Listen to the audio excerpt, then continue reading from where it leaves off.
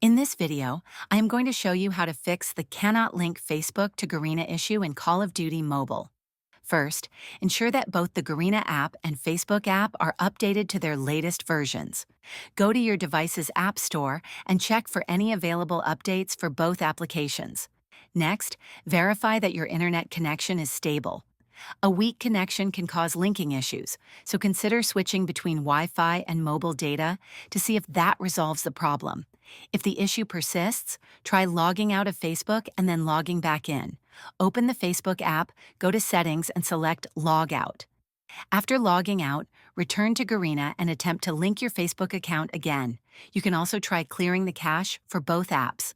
On Android, go to Settings greater than Apps greater than Garena and Facebook, then select Storage and tap on Clear Cache.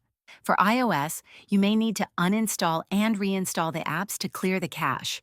If you continue to experience problems, check if there are any ongoing server issues with Garena or Facebook by visiting their official support pages. If none of these solutions work, consider reaching out to Garena customer support for further assistance. If this video helped you, please like and subscribe to the channel.